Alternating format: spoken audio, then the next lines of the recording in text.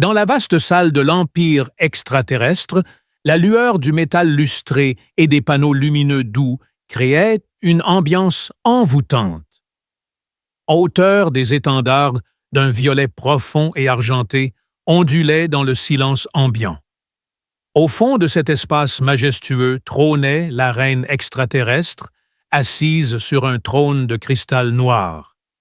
Sa silhouette imposante était enveloppée de robes, évoquant à la fois puissance et élégance, susurrant sa grandeur à ceux qui l'observaient. Autour d'elle se tenaient en une parfaite symétrie ministres et généraux figés dans l'attente. Un silence pesant enveloppa la scène au moment où l'héros royal fit son apparition.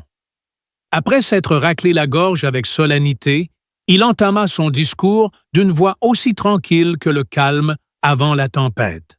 Ô majesté des nouvelles, nous parviennent des confins de l'Empire. Ils apportent des informations sur un guerrier de chair nommé Marcus Hale. Il fit une pause solennelle, brandissant un parchemin holographique scellé. À la première syllabe de ce nom humain, la main de la reine se crispa sur l'accoudoir de son trône. Ses yeux ténébreux s'ouvrirent grands, et l'espace d'un souffle, elle sembla flotter entre hier et aujourd'hui. Le ministre se raidit surpris. Jamais encore personne n'avait observé la reine rompre son calme olympien. Le héros brisa le sceau du parchemin. Une douce lueur azur s'échappa caressant le visage de la reine de reflets vifs. Le héros entama sa lecture. Un guerrier parmi les hommes a dirigé une troupe de 300 combattants contre la redoutable Légion Vorite. À l'aube, il se dressait seul, et lorsque le crépuscule tomba, la Légion était défaite. Aucun civil n'avait été blessé sur son passage. Aujourd'hui, de nombreux mondes le célèbrent comme un héros. Un murmure à peine audible s'échappa dans la salle. Les amiraux échangèrent des regards furtifs. Les ambassadeurs sentaient la fraîcheur du sol sous leurs paumes, mais la reine gardait le silence. Son esprit voyageait dans le temps, se retrouvant sur un champ de bataille lointain dans un monde nommé Arcanis. Elle se remémorait un soldat solitaire vêtu d'une armure en lambeaux qui avait combattu à ses côtés, protégeant à la fois des réfugiés humains et des survivants extraterrestres. Leur alliance avait été leur force, les sauvant à maintes reprises. « Votre Majesté », annonça le héros en s'inclinant respectueusement. « Puis-je poursuivre mon chemin ?» La reine, les yeux papillonnants, s'extirpa du passé. Sa voix feutrée et assurée résonnait d'une pointe d'émerveillement. « Poursuivez !» Ses paroles résonnaient tel un murmure envoûtant de tambours dans le grand hall. Le héros acquiesça d'un signe de tête. Il narra la future victoire de l'homme, libérant une colonie jadis aux mains des flibustiers. Il décrivit avec bienveillance sa clémence envers les prisonniers et sa détermination à reconstruire les ponts dévastés par la guerre. Chaque détail ravivait en la reine le spectre du passé. Le nom de Marcus Hale résonnait familier, celui qu'elle chuchotait en silence aux heures les plus sombres. Lorsque le héros eut achevé son récit, la souveraine se leva majestueusement. Ses vêtements s'effondrèrent, tels des ombres en mouvement. Les ministres réunis baissèrent les yeux, se demandant quelle directive suivrait. La voix de la reine, aussi suave soit-elle, emplissait chaque recoin de la salle, tel un écho impérieux. « Rassemblez mes conseillers et transmettez un message à la flotte des hommes. Il me faut m'entretenir avec lui. » Une cacophonie de 12 voix s'éleva en parfaite harmonie. Des émissaires se lancèrent avec fougue. La pièce avait rétréci subitement, comme si elle était oppressée par le poids des mystères et des récits qui l'habitaient. La reine, venue d'ailleurs, se dressait fièrement pourtant. Son cœur tambourinait tel un oiseau tourmenté par la tempête. À cet instant précis, elle avait transcendé son rôle de souveraine pour devenir bien plus. Elle incarnait la mémoire vivante de l'amitié, de la loyauté et d'un nom dont le retour allait bouleverser chaque chose. À 1 heure avancée de la nuit, la souveraine venue d'ailleurs s'éclipsa furtivement de son imposante salle de règne. Les pas résonnèrent comme une symphonie solitaire dans les couloirs déserts où le métal poli reflétait leur passage. Elle laissait enfin tomber son masque. Sa peau argentée était à peine voilée par une robe des plus simples. Les gardes suivaient, vivant des yeux, son passage muet comme des carpes. Ils avaient une compréhension plus fine que de perturber sa quiétude. À l'extrémité du couloir, la reine pénétra dans une modeste pièce. Une unique lanterne vacillait solitaire sur une table de pierre, éclairant à peine les ténèbres environnantes. Après avoir refermé la porte derrière elle, elle s'effondra sur une chaise finement ciselée. À l'extérieur, le souffle des hauteurs agitait les larges baies vitrées comme un appel à l'aventure. Le froid n'avait pas de prise sur la reine.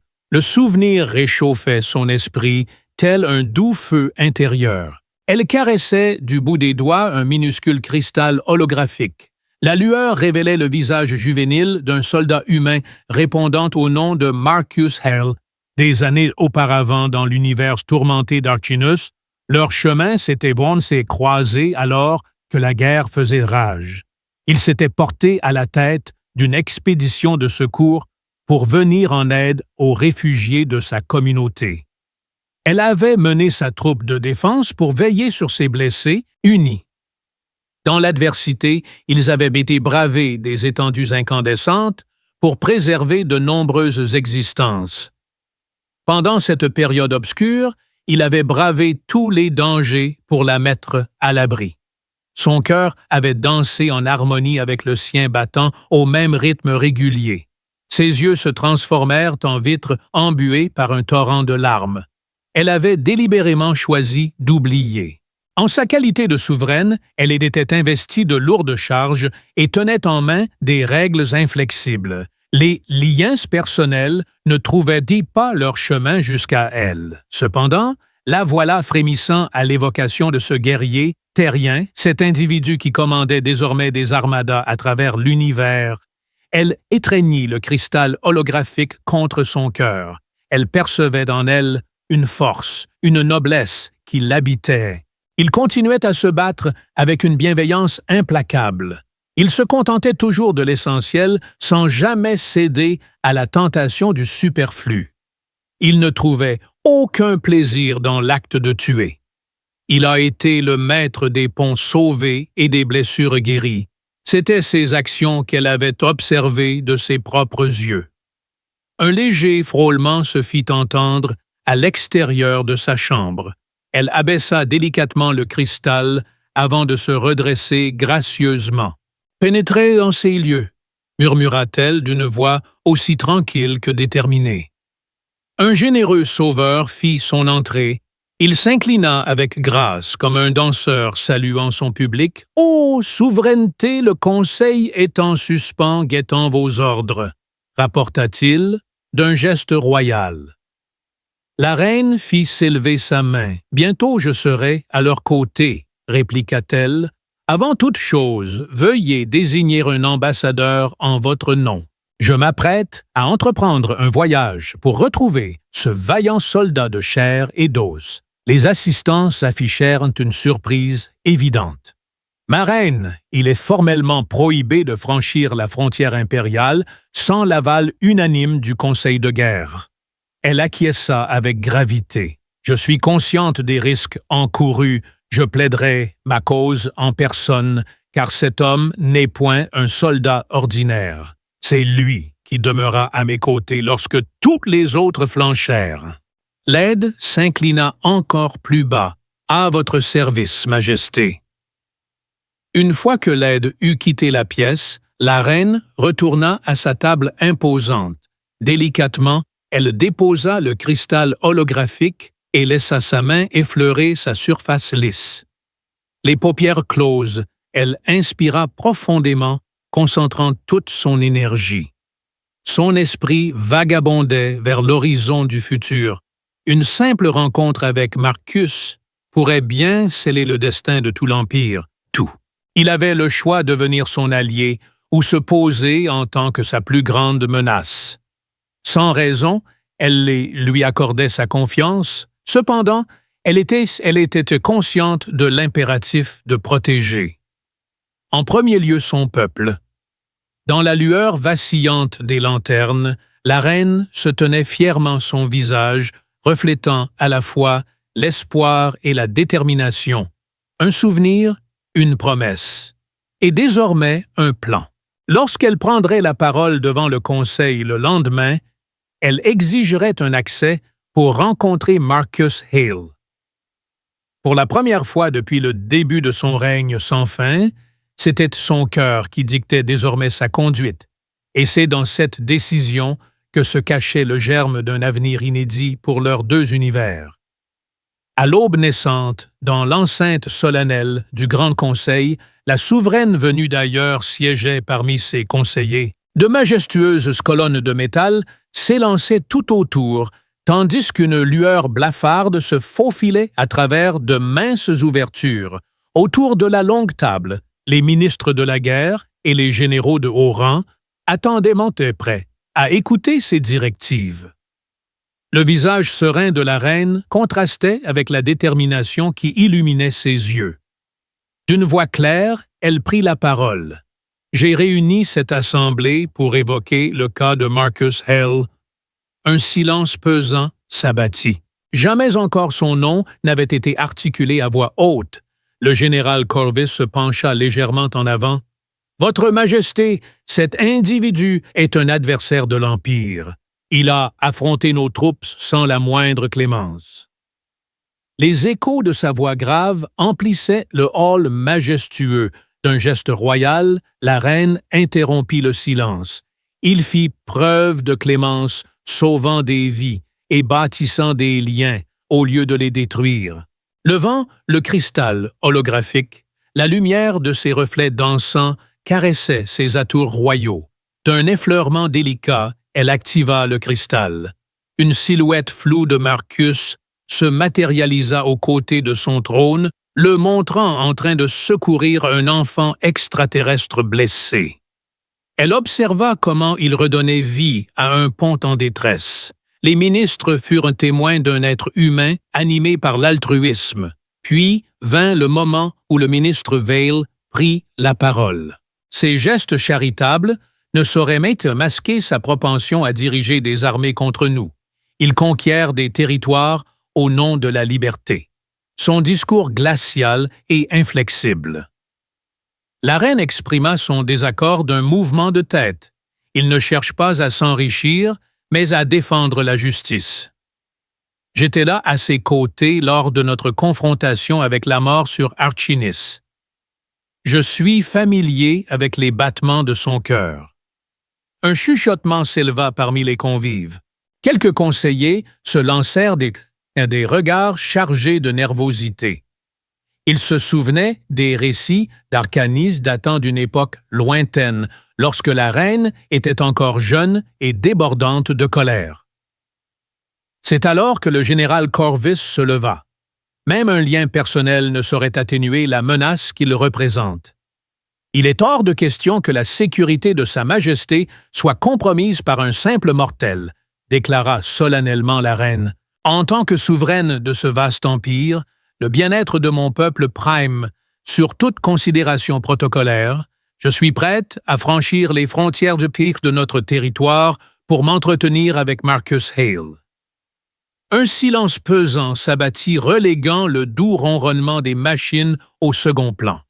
Finalement, le ministre Vale rompit le silence en lâchant d'un ton catégorique. « C'est de la pure démence. Ce n'est propulseux. » Sa Majesté, au cœur de la sphère humaine, reviendrait à ouvrir grand les portes du désastre. La souveraine s'est inclinée non pas pour quémander une nouvelle alliance, mais pour défier l'inconnu. Aucune animosité ne m'est vouée. Elle célèbre la vie, son concours pourrait s'avérer précieux dans notre lutte contre des adversaires bien réels. Un jeune conseiller nommé Darren éclaircit sa voix. « Ô ma reine, Accorder un passage sûr pourrait bien se révéler être une trahison en soi. Cependant, en cas de refus, vous violerez vos propres règles. Son regard envers elle était empreint de respect. Un léger sourire se dessina sur les lèvres de la reine. Alors je le réduirai en miettes, je proclamerai mon propre édit. Je fais le choix de l'espérance au lieu de la crainte. Ces paroles résonnaient avec une clarté saisissante. Un à un, les ministres inclinèrent la tête. Ils étaient montés conscients de son autorité absolue. Enfin, le général Corvis prit la parole d'une voix douce. « Nous allons apprêter l'émissaire bonjour. Avez-vous une phrase que vous aimeriez que je réécrive de manière plus créative? Nous serons les gardiens bienveillants de votre périple. » La reine se leva baignée par la lueur étincelante des fenêtres qui caressaient sa peau telle de l'argent. Une fois de plus, elle saisit le cristal holographique, symbole de son pouvoir et de sa sagesse intemporelle. « Merci », exprima-t-elle avec gratitude. « Préparez mon vaisseau et sélectionnez un émissaire digne de ma confiance. » Au moment où les conseillers s'éclipsaient de la pièce pour mettre en œuvre ces directives, la reine se retrouvait en solitaire. Au fond d'elle-même, un tourbillon d'appréhension et d'enthousiasme dansait. Bientôt, elle allait retrouver Marcus Hale, un rendez-vous qui scellerait le destin de deux univers. C'était le début d'une nouvelle alliance prometteuse. Au lever du jour, le vaisseau royal attendait sur la plateforme de lancement, son allure évoquant un oiseau majestueux avec son hall lisse et argenté. Des mineurs et des ingénieurs s'affairaient transportant des équipements et inspectant les moteurs.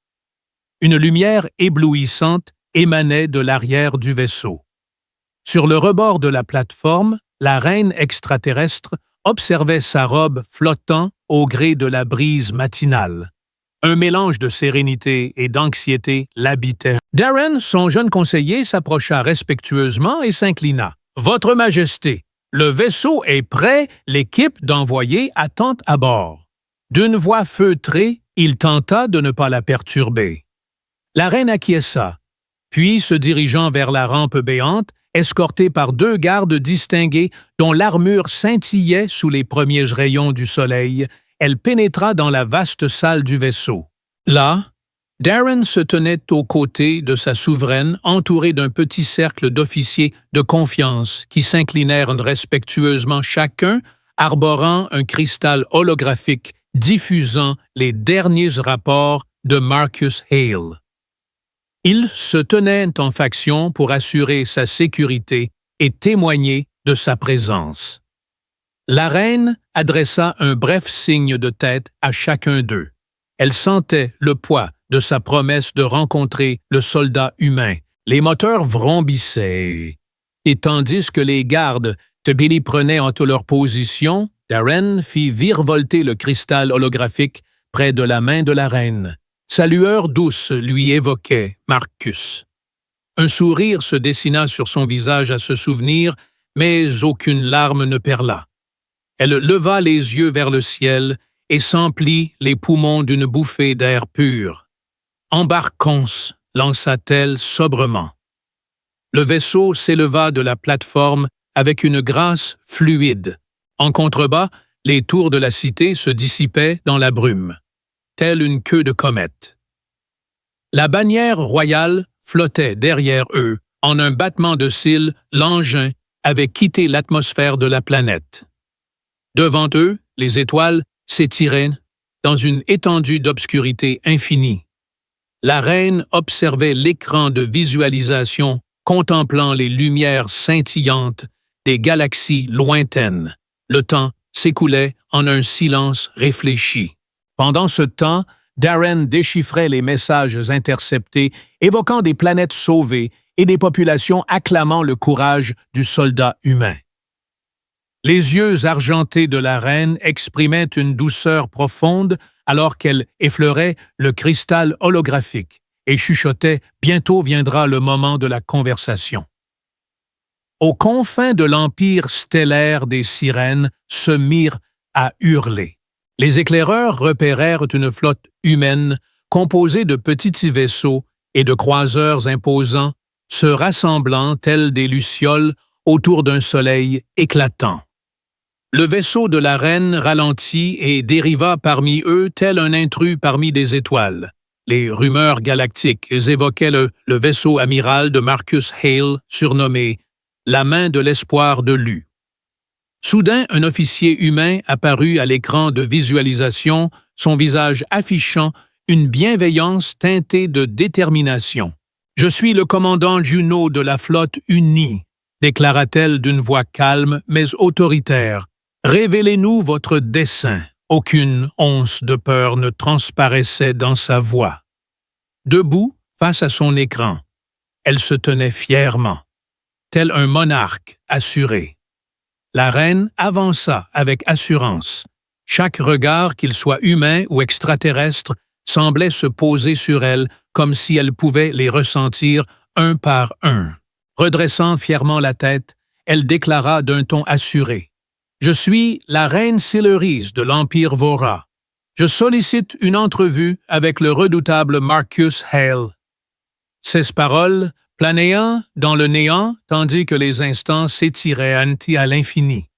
Le commandant s'inclina avec grâce pendant que le cri s'évanouissait dans l'air. Les moteurs du vaisseau reprirent leur rugissement puissant. En direction du cœur de la flotte, ils se dirigèrent. C'est alors que la reine remarqua qu'une plateforme d'atterrissage s'ouvrait majestueusement sur un imposant croiseur étincelant de blanc et d'or. Darren posa alors sa main avec assurance sur son bras. « Ô souveraine des lieux !»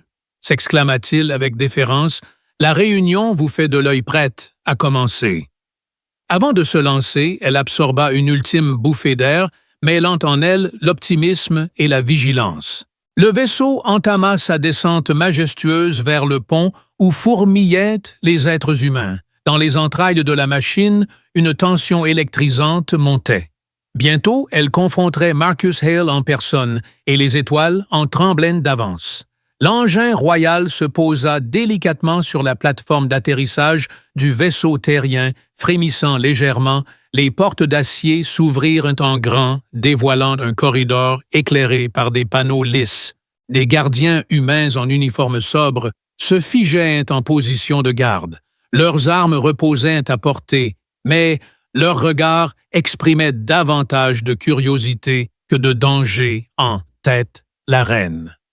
Céleri s'avança sur la plateforme. Son manteau effleurait le sol métallique. Dans une main, elle arborait le cristal holographique et dans l'autre, un minuscule bâton de commandement.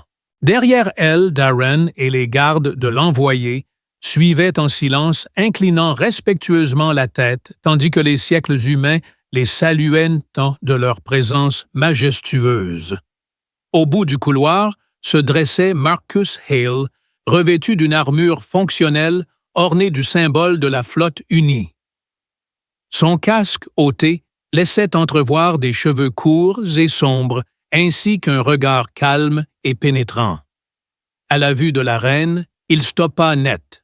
Un silence pesant s'installa, aucun mot n'osant franchir leurs lèvres. Silleris avança avec précaution consciente du poids de multiples regards qui pesaient sur elle, ses gardes personnels, des officiers humains et des membres d'équipage curieux qui jetaient des coups d'œil par les fenêtres, levant le cristal holo. Sa lumière dansa sur le visage de Marcus. Ses yeux s'adoucirent d'une lueur reconnaissante. « Marcus, salut !» lança-t-elle d'une voix claire. « Me voici fidèle à ma promesse. » Marcus inclina respectueusement la tête en direction de la reine Céleri, sa voix empreinte de chaleur et de respect. Accueillit la souveraine après son long et courageux voyage. En retour, elle lui offrit un léger signe de tête signifiant son désir de s'entretenir avant que les ordres et les armées ne viennent les séparer. Tous deux avançaient côte à côte dans le couloir entouré d'officiers humains et de gardes extraterrestres, alignés de part et d'autre, tel un cortège silencieux. Lorsque le couloir déboucha sur la salle de conférence, une table ronde, trônait en son centre baigné par la lumière qui jaillissait des panneaux au plafond. Marcus indiqua à sa chaise d'un geste, mais Celery préféra rester debout. « Il serait fort aimable de votre part de vous installer confortablement, » murmura-t-il avec douceur. « Il y a tant de choses à échanger entre nous. » Celery s'installa avec une grâce féline dans le fauteuil, telle une reine prenant place sur son trône. Darren se tenait en arrière, prêt à répondre à ses moindres désirs. Marcus s'installa en face d'elle, déposant son casque de l'autre côté. Une atmosphère tendue emplissait la pièce, mais aucun des deux ne faisait un geste pour la briser. Marcus prit la parole. « Votre présence m'honore. Je m'attendais à des missives ou des requêtes de votre part. » Celery scruta son interlocuteur d'un regard empreint de reproche. « Je pourrais vous adresser des exigences, mais j'aimerais plutôt comprendre. Vous luttez pour la liberté, et pourtant vous vous opposez à mon empire. » Marcus posa délicatement ses mains sur la table. Les empires parfois se détournent de la voie de la justice. Je m'efforce de libérer des mondes en proie à la souffrance. Un instant de silence s'installa. Cependant, je te perçois comme une reine qui un jour a veillé sur ma vie. Ses yeux semblables à des céleris étincelants d'une voix douce, elle poursuivit. Sur Arinus, nos batailles ont croisé le fer contre un ennemi commun. Toi, tu as secouru des extraterrestres blessés. Quant à moi, j'ai guidé des réfugiés humains vers la sécurité. Chacun nous a enseigné la douceur. Marcus acquiesça. Le passé se dresse tel un pont que j'aspire à franchir à présent. Celery se pencha en avant. Je m'interroge. Serait-il envisageable de bâtir un avenir où humains et extraterrestres cohabitent harmonieusement? Marcus scrutait son reflet. Je pense que c'est possible, mais certains parmi mes hommes redoutent la puissance de l'Empire, déclara-t-il. La reine esquissa un doux sourire. Et certains de mes courtisans redoutent votre rébellion, répliqua-t-elle. Son regard se figea dans une intensité glaciale qu'ils ne redoutent plus rien. Offrons-leur compassion et respect. Illustrons nos aspirations. Marcus étendit sa main et disposa le cristal holographique entre eux. Que ce cristal devienne notre emblème, une garantie de quiétude. Célériès posa sa main sur la sienne. Ainsi sera-t-il. Autour d'eux, des officiers s'agitaient, des chuchotements s'élevant. Deux univers distants venaient d'entamer un nouveau chapitre. À cet instant précis, l'espoir planait plus haut que les étoiles elles-mêmes. Le lendemain de cette rencontre épique, la reine Celery et Marcus Hale se dressaient sur le pont d'envol du vaisseau de guerre humain. Sous leurs pieds s'étendait une petite lune jadis infestée de pirates, désormais transformée en terrain d'expérimentation pour leur alliance inédite. Autour du vaisseau de guerre des chasseurs terriens et des vaisseaux de l'Empire Vira se tenaient en formation côte à côte sous un ciel blafard. Celery observait avec émerveillement l'agitation autour des vaisseaux. Les moteurs extraterrestres chantaient en harmonie avec les propulseurs humains. Les équipages des deux mondes se mouvaient de concert, échangeant outils et conversations. Elle assista à des ingénieurs humains guidant les officiers extraterrestres dans la sécurisation des rampes de missiles des médecins. Viora montrait aux humains l'utilisation de leur spray de guérison avancé. Ces petits gestes emplissaient son cœur d'un espoir rayonnant. Marcus s'avança avec grâce, jonglant habilement avec 2 tasses de thé fumant. Avec un sourire complice, il offrit délicatement l'une des tasses à Celery. « Quelle puissance !» s'exclama-t-il, un sourire aux lèvres. « Cependant, cela contribuera à apaiser votre système nerveux. » Celery prit la tasse entre ses mains délicates et la porta à ses lèvres, laissant échapper un soupir de plaisir, en humant son parfum envoûtant. « Merci, » fut sa réponse. Elle savoura délicatement sa boisson, tandis qu'une douce chaleur se diffusait dans sa poitrine. Les deux leaders se dirigèrent vers une table holographique trônant au milieu du pont, sous le clair de lune étincelant. Marcus caressa délicatement la carte, révélant ainsi les repères des pirates scélérats et les chemins empruntés par les convois d'approvisionnement. La tâche qui nous incombe est d'une simplicité enfantine, déclara Marcus. C'est dans ce sanctuaire numérique que nous purifions les données primordiales. Il désigna du doigt un amas de lueurs proche de l'équateur. Puis nous neutralisons leur arsenal. Celery approuva d'un signe de tête. Enfin, nous relâchons les captifs qu'ils retiennent. Les prunelles de Marcus s'emplirent d'enthousiasme. Tout à fait, sommes-nous prêts à bondir vers l'aube à grands pas.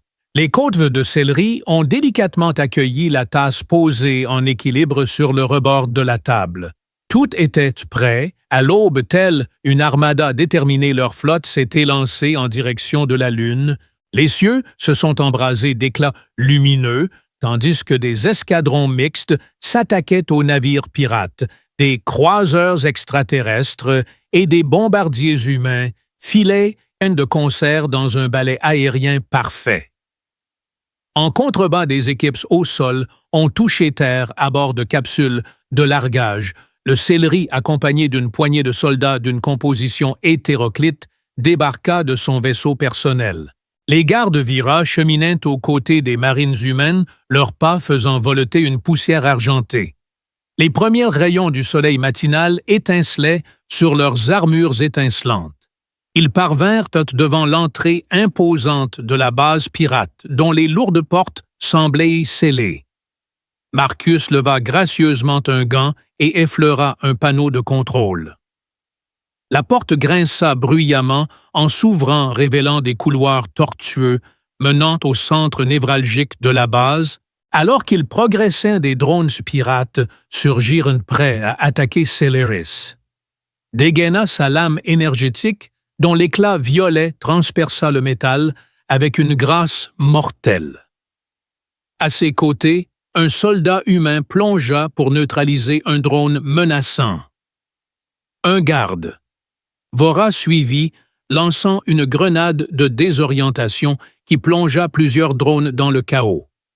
Unis dans leur progression, ils découvrirent bientôt les arsenaux. De nombreuses caisses de munitions explosives étaient alignées le long des murs. Celerius disposa des charges soniques sur les caisses. Puis vint le commandement de Marcus. « Éloignez-vous !» Une onde sonore puissante pulvérisa les caisses, neutralisant la puissance de feu de l'entrepôt sans causer de dommages aux structures avoisinantes. Ils parvinrent ensuite au bloc de détention. À l'intérieur, une variété de civils de différentes espèces étaient enfermés dans des cages. Leurs regards s'illuminèrent à l'arrivée des troupes hétéroclites.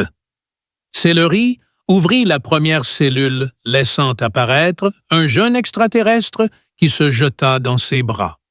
Un sourire se dessina sur le visage de Celery alors qu'elle réconfortait l'enfant pendant que les médecins humains commençaient à prodiguer des soins aux prisonniers libérés. Pendant ce temps, à l'extérieur, les pilotes des croiseurs rapportèrent commandant que les vaisseaux ennemis avaient soit pris la fuite, soit capitulé. La mission s'était conclue, avec brio. Celery se tenait aux côtés de Marcus, dominant les marches menant au pont. Son regard embrassait les familles retrouvées en contrebas, tandis que les troupes se rassemblaient dans une harmonie retrouvée. Aujourd'hui, nous n'avons pas seulement remporté une bataille, nous avons écrit une nouvelle page de notre histoire, murmura-t-elle avec douceur. Nous avons révélé toute l'étendue de nos capacités en restant solidaires. Marcus acquiesça avec assurance, le regard étincelant de fierté. Ce n'est que le commencement. Dans la quiétude naissante d'une aube prometteuse, le firmament étincelait Au-dessus d'eux, l'Alliance, tel un pacte indéfectible, rayonnait d'espoir se diffusant entre deux univers tels la clarté solaire à travers les nuages. De retour à bord du vaisseau humain. La reine, Céleri, arpentait les couloirs en compagnie de Marcus Hale. Les parois irradiaient d'une lueur douce et immaculée, tandis que le vrombissement des moteurs évoquait le battement régulier d'un cœur. Les marins défilaient inclinant respectueusement la tête, qu'ils soient simples matelots ou hôtes gradés de l'Empire Vora. Ils parvinrent au pont du vaisseau, une pièce spacieuse, jonchée d'écrans holographiques et de panneaux de contrôle. Trônant au milieu un siège de commandement, faisait face à une large baie vitrée offrant une vue imprenable sur la Lune dérivant dans l'espace infini. Sans un mot, Marcus s'installa et fit un geste à l'attention de Céleri. « Installe-toi à mes côtés », proposa-t-il en montrant un siège de sa main. Voyager au cœur de nos mécanismes. Après un bref moment d'indécision, Céleri prit place et déposa délicatement le cristal holographique sur la console à sa portée. Marcus, quant à lui, dirigea sa main vers le panneau de contrôle, prête à agir. « Voici le canal de transmission », précisa-t-il. « C'est grâce à ce moyen que nous établissons le lien avec l'ensemble de notre flotte maritime. » Elle s'effleura une icône scintillante. Des murmures bourdonnaient à ses oreilles.